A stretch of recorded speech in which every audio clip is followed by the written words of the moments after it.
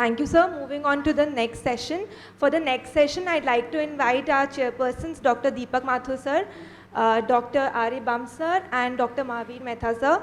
Deepak, sir, is here with us, and Bam, sir, is here with us on the venue.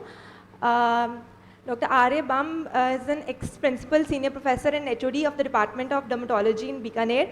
He was the first MD from Rajasthan along with Dr. Dinesh Mathur and Dr. Mukul, and he was the first dermatologist to become the principal and controller in Rajasthan. He has many international publications on cutaneous leishmaniasis, and we welcome you, sir. Next, Dr. Deepak Kumar Mathur, sir, is currently the head of the department and additional principal in SMS Medical College, and he has various national and international journals under his name. He's also won the Chikitsa Vibhushan Award by Rajasthan Medical Council and is the past president of the IADWS state branch and currently the organizing secretary of Dermacon 2022. Dr. Mahavir Mehta will be joining us virtually. He is the chairman of the Mahavir Mehta Medical Center, Dubai since May 1990, and he has been awarded various awards from American Medical Association and American Academy of Dermatology. He is honored with outstanding contribution for philanthropic dedication to Academy from American Academy of Dermatology for the past 10 years. We welcome you, sir. I'd request the chairpersons to welcome ma'am for her talk. Hello.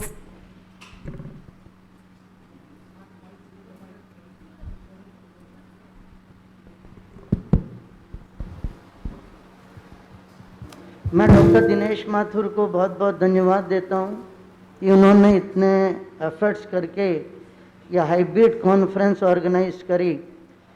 Doctor Dinesh Mathur मेरे colleague के साथ साथ मेरे personal मित्र भी हैं और इन्होंने 2-3 बार request करी कि कॉन्फ्रेंस में ज़रूर आना है, तो आना ही पड़ा। लेकिन जब यहाँ देखा तो काफ़ी अच्छा अरेंजमेंट है। मैं डॉक्टर सरोज पुरोहित को इनवाइट करता हूँ कि वो अपना लेक्चर शुरू करें। Thank you, sir. Good morning to all of you. My topic is allergic contact dermatitis in Rajasthan, or we can even call it as a occupational contact dermatitis, because what I have taken up is the occupation related dermatitis, and this is in addition to the allergic contact dermatitis which is otherwise present in the rest of the population. As a fact, like laborers who are working, or the mason workers, the painters, the furniture workers. So in addition to that, specific dermatoses which are related to Jaipur due to the cottage industry which is prevalent in Rajasthan, Jaipur.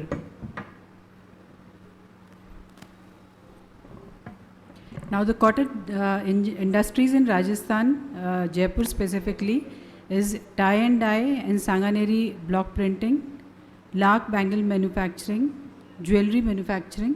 ये full नहीं हो रहा क्या? ये full करो इसको मैंने कहा फुल करो, ये हाफ आर क्या है, मेक इट फुल, दिखता कम है पास का।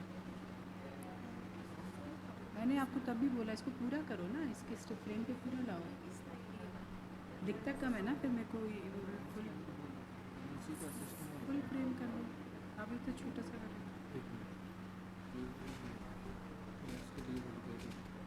इसको फुल करो।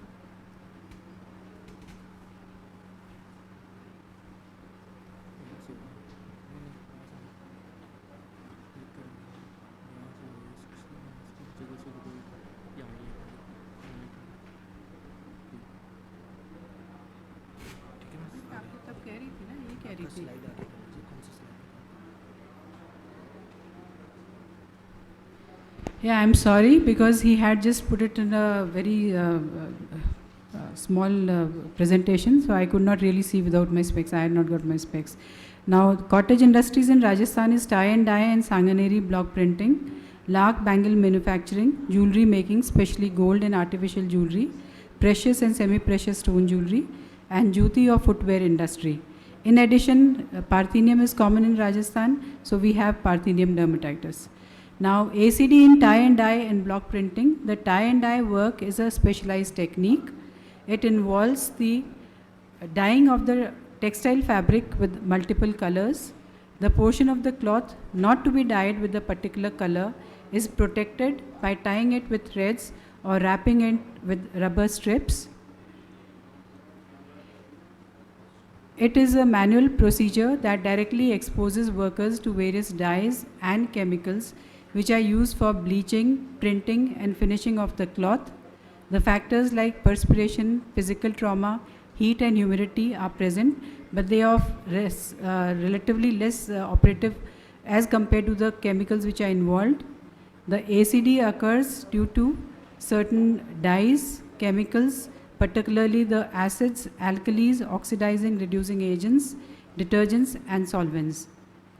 Now the ACD has an insidious mode of onset. After tie and dye we have block printing, sanguinary block printing. It is a technique which involves sketching and carving a text, image or pattern on a block of wood and then applying ink or dye on the block and stamping it on a finished cloth.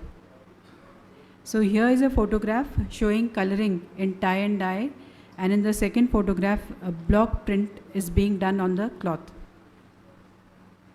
And the end product of the procedures that we have seen is either bandage, leheria or a sanganeri block printing, which is very specific of Jaipur.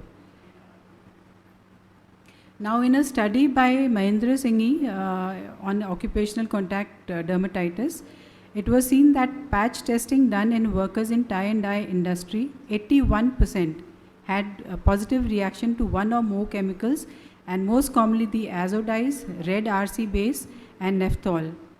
And 19% were allergic to multiple dyes, more than one dye was involved. The dye and chemicals most commonly involved, and the positive patch test was seen in these. And most commonly, as we've already seen, it was a red dye due to red RC base, followed by nephthol. Then we had yellow dyes by direct yellow. Turquoise blue was also responsible for the ACD, and list is given here, I think. So you can see blue color, red color, green color, all these colors are involved. The clinical features which presented in the workers was, the commonest was itching, discoloration of the skin, burning, pain, conjunctival and nasal irritation, and the morphological pattern of the lesions was papillovesiculation, lichenification and plain papillar lesions. Almost all cases present with involvement of dorsum of the hand, but other sites were also involved, such as flexors of the hands, face, neck, abdomen and thigh.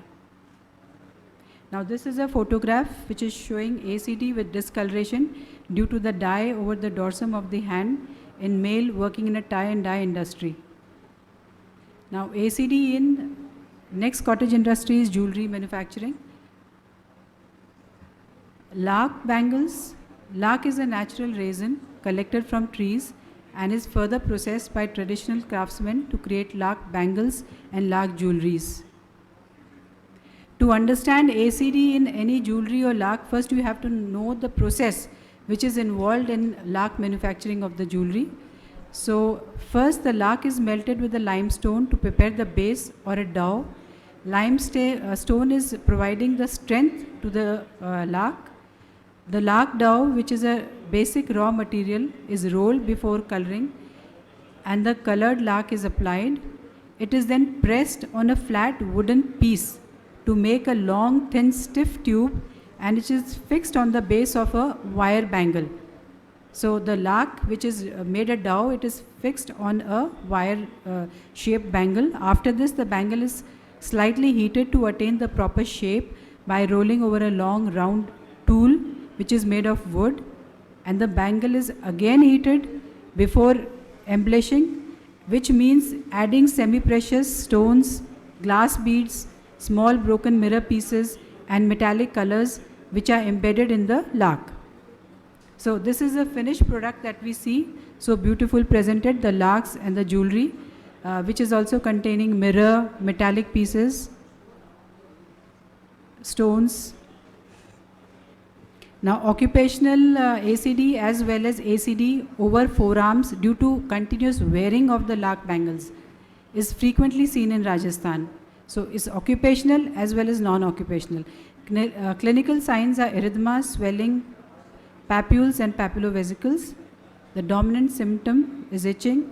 If contact dermatitis persists, it may be due to continued or repeated exposure to the lac or the lac jewelry.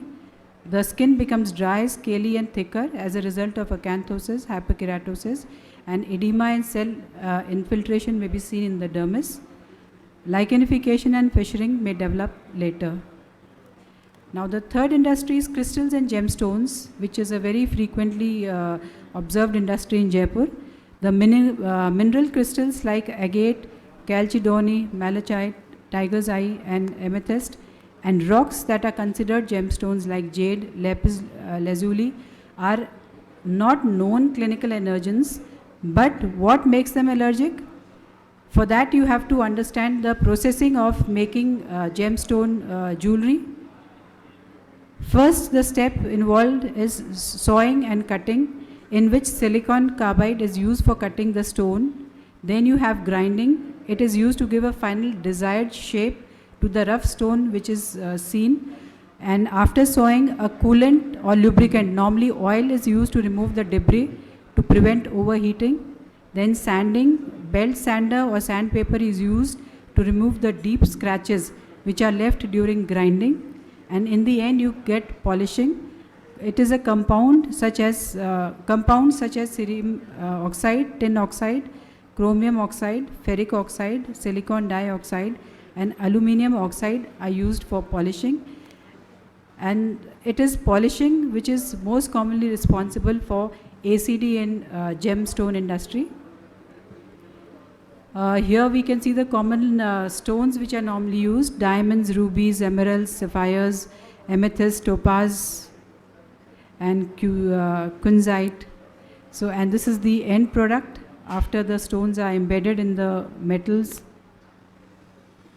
So the end product is nice, but the people who are working, the workers, they have a lot of problem while working with the job. The gemstones are not known allergens, but allergic reaction can occur with handling, such as during processing of the gemstone, if stones are washed and cleaning agents which are allergens, if it is stored in containers with allergens, it is touched by hands that have touched allergens, and if they contain nickel, gold, leather or any other allergenic metal or material. Now the common metallic allergens which are present in the jewelry is nickel, which is the most frequent metal allergen. Nickel salts like chloride sulfate are readily soluble in water and sweat and have strong sensitizing properties. Nickel allergy can be directly of occupational origin, and more than half of these cases starts from the hands.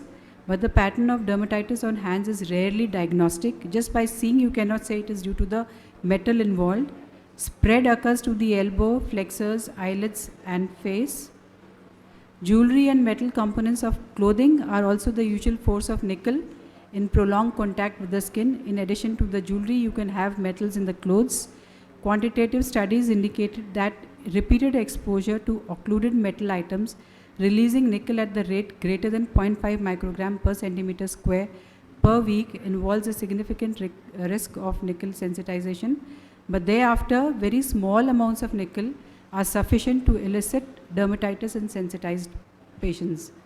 The eruptions may be papular, nummular, diffuse or consist only of excoriated papules, almost on a very normal looking skin.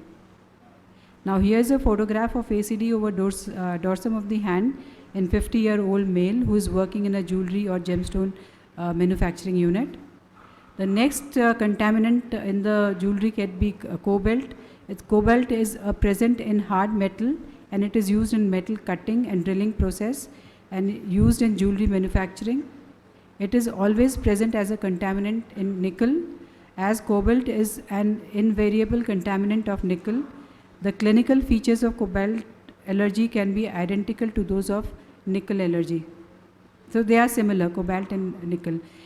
Gold is normally an inert metal. It is rarely implicated as a contact allergen unless it is contaminated with other metal. So ACD to gold is much lesser common as compared to ACD to nickel and cobalt, but it must be considered in certain cases when contaminated with other metals, especially in jewelry dermatitis.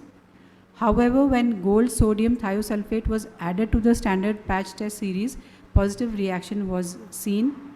Testing with gold chloride may be more likely to give a persistent reaction than that seen with the less irritating gold preparation such as gold sodium thiosulfate and potassium thiocyanate. So gold chloride was more allergenic. The clinical features of dermatitis and gold allergy is usually a typical chronic picture of erythema, scaling, pruritus with minimal epidermal changes. So here is a picture in a female. Even females are very actively involved in stone industry in Jaipur. And the last we have ACD in Juti, which is footwear manufacturing industry, which are very specific to Jaipur. Again, to understand that, you have to understand the process involved in shoemaking, and 5 steps are involved. First is preparation. Raw material is tanned, warehouse storing is done, designing, pattern making and cutting, which involves more than 14%. Then preparing the upper sole, which involves sewing, stitching, folding and gluing. Glue is an important allergen. Then assembling, which includes heating, buffing, sole attachment, pressing, cooling and removing. And last is the finishing and packing stage. In the finishing stage, it consists of washing, creaming, inking, heel balling, that is polishing the edges of the heels and the soles, and packing. So the most commonly involved is finishing and preparation, 14% and 18%. Tanning is a process of treating skin and hides of animals to produce leather. The hide is de-haired, de-greased, desalted, soaked in water over a period of 6 hours to 2 days.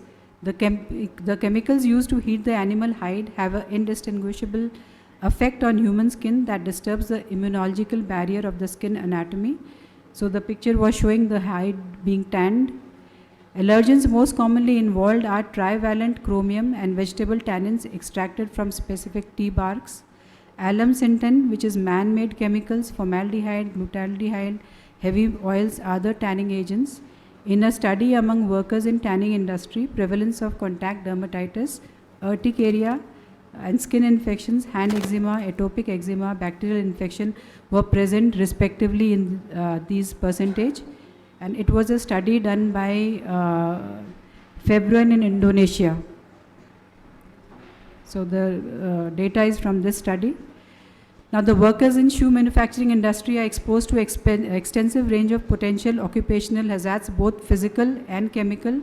The allergens involved are adhesives, preservatives, acryl resins, leather, rubber, dyes, and many kinds of glues like neoprene, epoxy resin and rubber glues. And as we have seen earlier, this is the end product of Jutis of Jaipur, very beautiful, very colored. Now in a study by Mankosko, the most common occupational allergen in other shoemaking steps, assembling and finishing, was P. tertile. If others took the liberty, I can just take 2 more minutes, not much.